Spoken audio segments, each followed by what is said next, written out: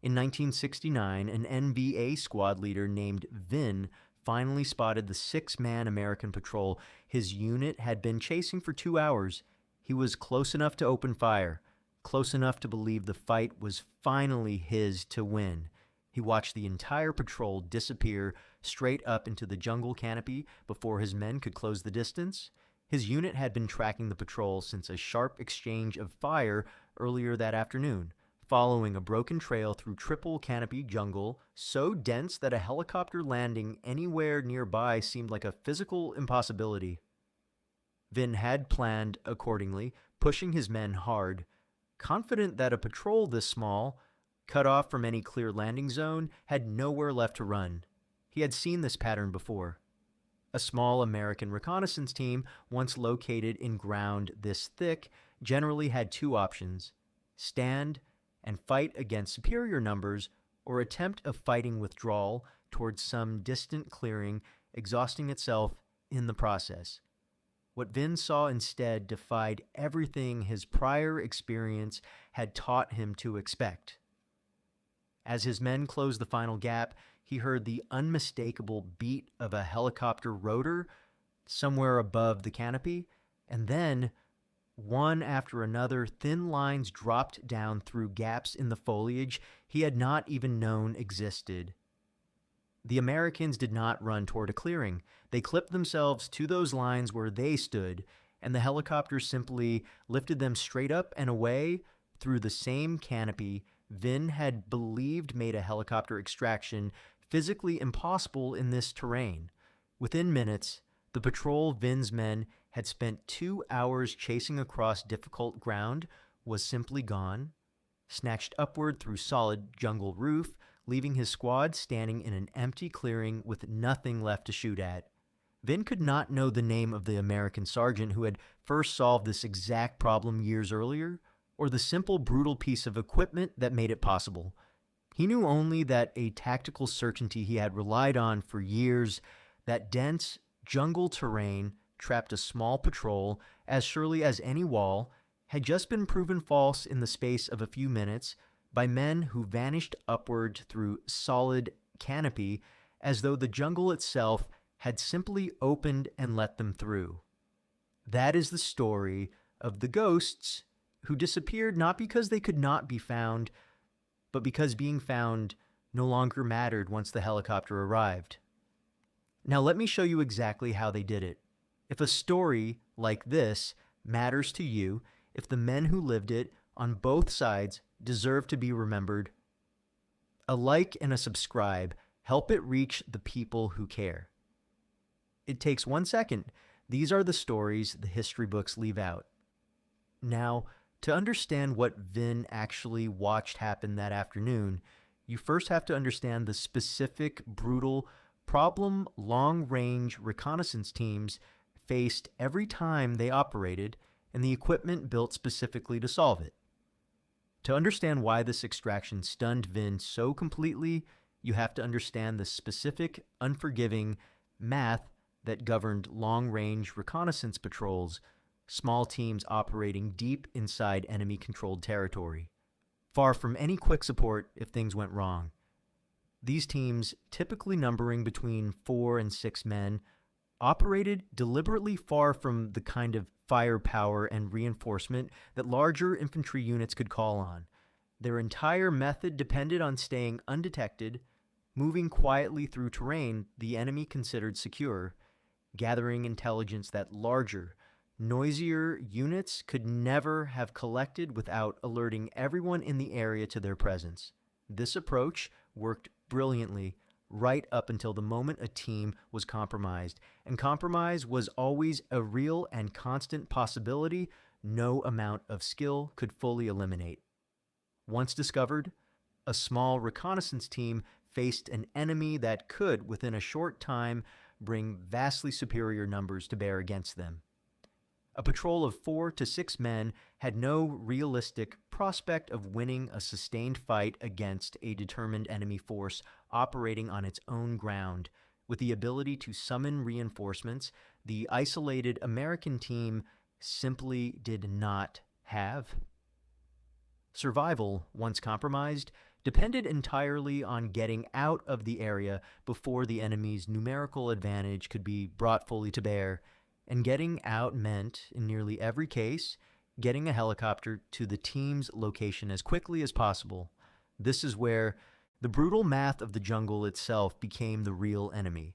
Triple-canopy jungle, the dense, layered vegetation that covered enormous stretches of the terrain these teams operated in, made finding a clearing large enough for a helicopter to land an unreliable, often impossible option. A team compromised in genuinely dense jungle might be miles from the nearest clearing large enough to receive a helicopter safely, and running for that clearing under fire, exhausted, carrying wounded, was itself an enormous and often fatal risk. The terrain that had protected these teams while they moved undetected became, the moment they were discovered, the single greatest obstacle standing between them and survival. Now understand exactly how this problem was solved, because the answer was neither complicated nor expensive, and its simplicity is precisely what made it so effective. The solution came from a Special Forces non-commissioned officer named Charles McGuire, serving with a reconnaissance unit known as Project Delta in the mid-1960s, who recognized that a team trapped by dense canopy did not actually need a clearing at all. It needed only a way to be lifted straight up through the canopy itself, bypassing the need for a landing zone entirely. McGuire's solution, which came to bear his name, was almost disarmingly simple. A length of strong nylon strap, rigged into a sling a man could sit in, attached to a long rope that could be lowered from a hovering helicopter directly through gaps in the jungle canopy. The mechanics were straightforward, and that straightforwardness was the entire point. A helicopter would hover above a compromised team's position, lowering the rig through whatever gap in the canopy could be found or created. A man on the ground stepped into the sling, slipped his hands through the attached loops for stability, and the helicopter simply lifted, hoisting him straight up through the canopy and away from danger. No landing zone required at all. Multiple men could be extracted from the same rope in sequence, or in some configurations, several at once, and a team that had been trapped by seemingly impassable terrain could be airborne and gone within minutes of the helicopter's arrival. Picture the actual sequence from the ground, because the whole process compressed an enormous amount of danger into a very short window. The helicopter's rotor beat growing louder overhead, still invisible above the canopy. A rope dropping through a gap barely wide enough to see daylight through. A man stepping into the sling, working his hands through the loops with fingers that did not want to move steadily, while gunfire continued somewhere behind him. And then, all at once, the ground falling away beneath his boots, branches and leaves whipping past as he rose through the canopy he had spent the entire patrol moving carefully beneath. This did not make the method comfortable or entirely safe, and honest accounts from the men who used it describe it in blunt terms.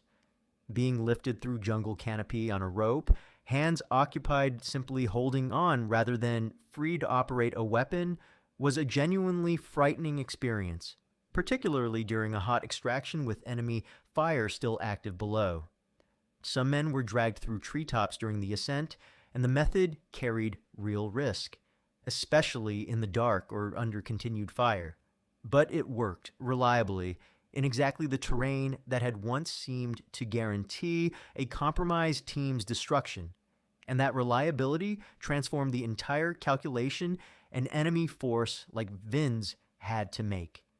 The original rig, effective as it was, carried real limitations that a later refinement addressed directly, and understanding that refinement explains why this capability grew even more devastating to enemy planning as the war continued. The McGuire rig demanded that a man's hands remain occupied simply holding the sling steady, which meant he could not fire a weapon, operate a radio, or defend himself in any active way during the extraction itself, precisely the moments when a compromised team was often still under direct enemy fire.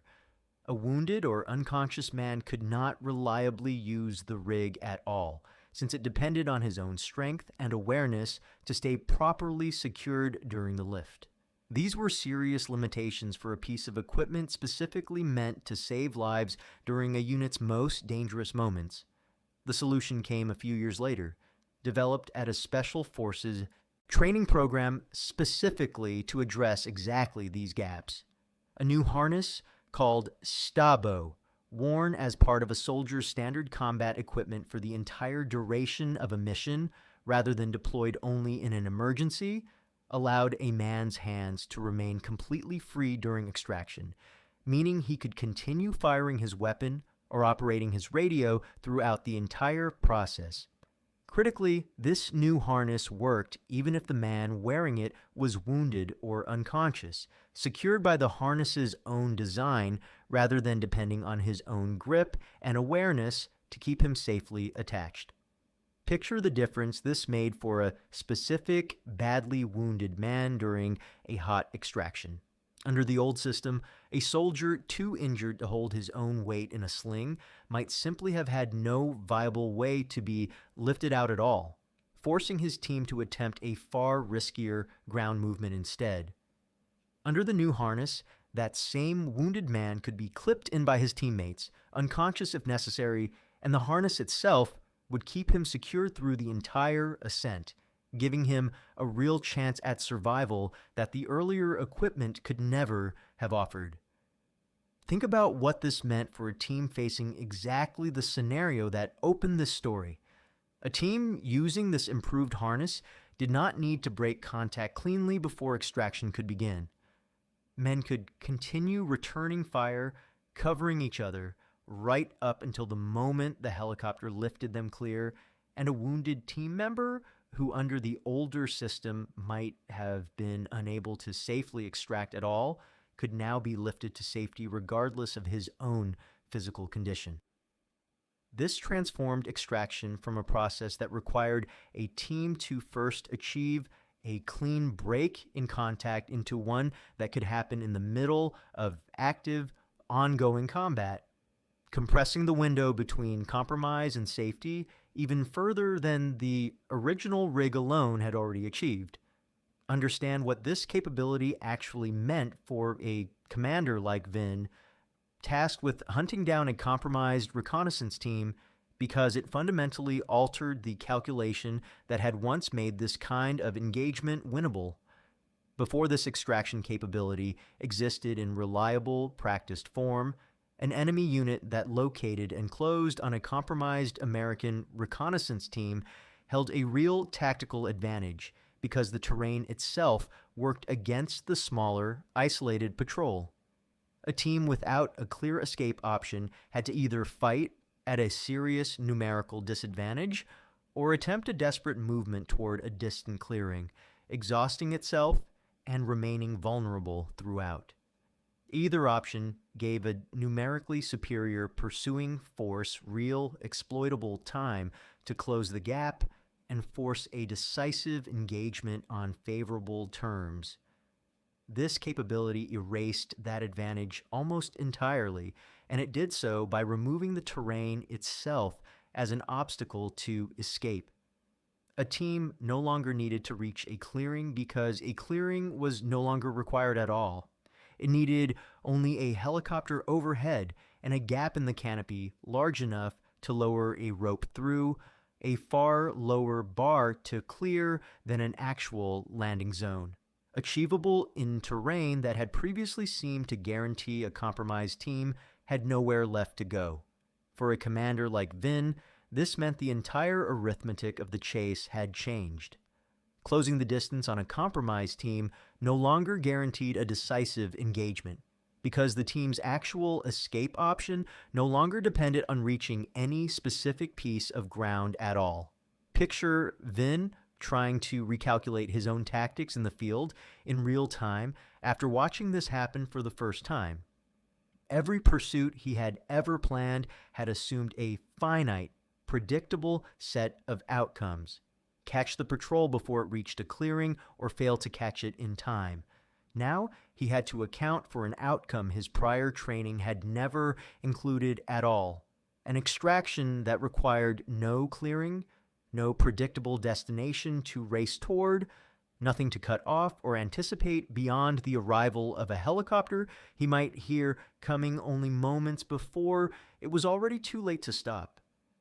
This forced a real and difficult adjustment in how units like Vin's approached these engagements. Simply closing distance was no longer sufficient. A pursuing force now had to close distance fast enough and disrupt the extraction process itself before a helicopter could arrive and complete the lift, a far narrower and more demanding window than the older calculation had ever required. Some units adapted by prioritizing anti-aircraft fire during these engagements, understanding that the helicopter itself, rather than the team on the ground, had become the actual target that mattered most in the final, critical minutes of a pursuit like this one. It would be incomplete to present this extraction method as a flawless, risk-free solution because the honest history includes real limitations and real, serious dangers that came with it. The method depended entirely on helicopter availability and response time, and a compromised team still had to survive whatever period elapsed between calling for extraction and the helicopter's actual arrival, a window that could stretch to many minutes depending on where support aircraft happened to be positioned at the moment contact occurred. A team compromised far from any available helicopter support faced genuine, serious danger regardless of how effective the extraction method itself eventually proved once help arrived, and several documented incidents describe teams fighting desperately to survive exactly this waiting period before extraction became possible at all. The extraction itself, however much faster and more flexible than a conventional landing, remained a genuinely dangerous few minutes for everyone involved. A helicopter hovering low and stationary above a compromised position, lowering a rope through canopy while a firefight potentially continued below, presented a real and serious target to enemy fire, and losses among the air crews who flew these missions were real and documented throughout the war. The men on the ground, suspended on a rope beneath a hovering aircraft during the lift, remained exposed and vulnerable for the specific duration of the ascent, a genuinely frightening and dangerous interval that the equipment reduced but never fully eliminated. Picture the specific vulnerability of that hover, because it explains why this was never a costless solution. The helicopter, forced to hold nearly still directly above a known position, became the single most exploitable target in the entire engagement, visible, slow-moving, and committed to holding its position until the extraction was complete. Pilots and crew chiefs flying these missions accepted this exposure deliberately every single time, because the alternative was leaving a compromised team on the ground with no way out at all. This honest accounting matters because it keeps the story from reading as an uncomplicated, risk-free solution to an otherwise unsolvable problem. This method saved a great many lives, and it fundamentally changed the tactical calculation for both sides in exactly the way this story has described. It did not make reconnaissance work safe, and the men who depended on it, on both the ground and in the aircraft flying to reach them, took on real and serious risk every time it was actually used. Vin continued fighting through the rest of the war, and in the years afterward, he thought often about that afternoon, and about what watching a compromised patrol simply disappear had actually taught him about the nature of the enemy he had spent years fighting. He came to understand with time that his failure that day had not been a failure of effort or tactical judgment in any ordinary sense. He had done everything correctly by every standard his own training and experience had established.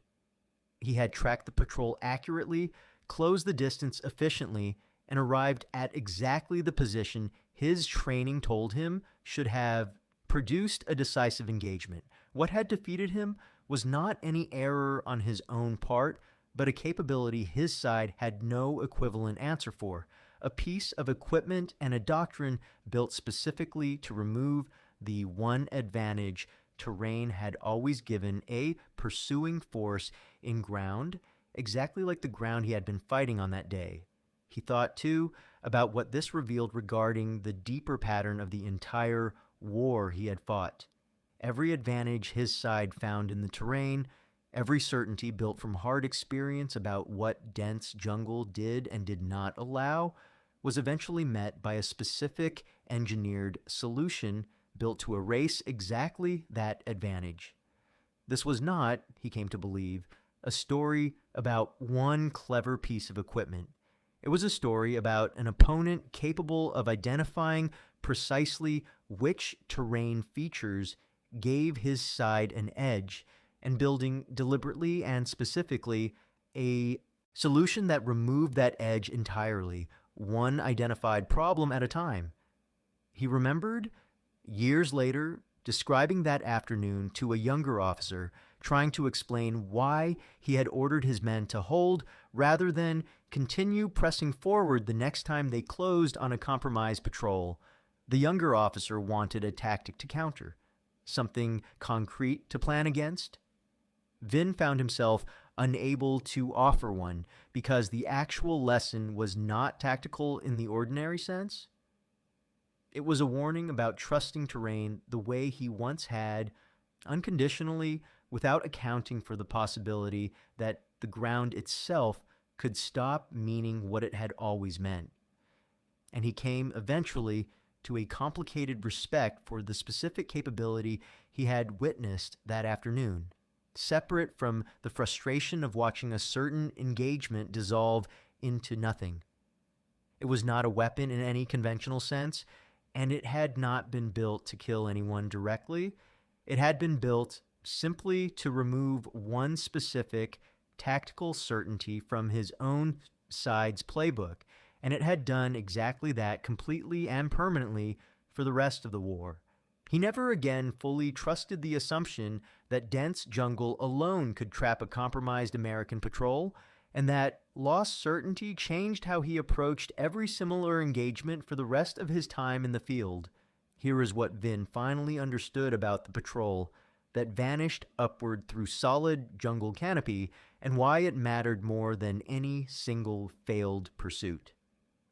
For years, dense jungle terrain had functioned as a kind of natural trap, working in favor of whichever side held the numerical advantage in any given engagement. A small, isolated patrol, once located deep inside terrain too thick for any helicopter to land, had nowhere left to run, and an enemy force with the patience and the numbers to close the distance could rely on that terrain to eventually force a decisive fight on favorable terms. This was not superstition or assumption. It was hard-won tactical knowledge, tested and confirmed across countless engagements, the foundation of exactly the kind of pursuit Vin had executed with real skill and real success on other occasions. What defeated that certainty was not a stronger weapon or a cleverer ambush or any advantage built on firepower at all. It was a simple length of nylon strap refined over a few years into a harness a man could wear for an entire mission that removed the one requirement a helicopter extraction had always demanded: a clear place to land. Once that requirement no longer applied, the terrain that had trapped compromised patrols for years simply stopped trapping them, and an entire category of tactical certainty that Vin's side had built real strategy around quietly, permanently stopped being true. That is the real meaning behind what Vin watched happen that afternoon, and it reaches well past one patrol and one pursuit. The most dangerous kind of tactical certainty is the kind built on a fixed feature of the physical world, because a fixed feature feels permanent right up until the moment someone builds a specific tool to route around it entirely. Vin trusted the jungle the way Any experienced soldier trusts the ground he has fought on for years, and the jungle on that particular afternoon simply stopped being the trap he had always known it to be. The patrol he chased for 2 hours did not outrun him, and it did not outhide him. It simply went straight up through solid canopy on a length of nylon strap and a length of rope, gone before his men ever closed the final few meters that should have ended the chase. That is why the LRRP ghosts vanished before the NVA could react, not because they could not be caught, because being caught in the ground that mattered most had quietly stopped being the end of the story. Now you know why. Thank you for staying with this story all the way to the end. These are the histories worth keeping, not just the famous battles with their famous names, but the quiet, engineered solutions that turned certain defeat into survival on both sides of that long war. If it meant something to you, a like genuinely helps. It tells the algorithm that this kind of history matters, and it helps these videos find the people who care about them. If you're not subscribed yet, now is a good time. Hit subscribe and the bell so you never miss a new one. I would love to know where you are watching from today. And if someone in your family served in Vietnam, a LRRP, a helicopter crewman, anyone in any unit, tell me about them in the comments. Every one of those men carried a story like the one you just heard. Most of them never told it. This is how we make sure they are not forgotten.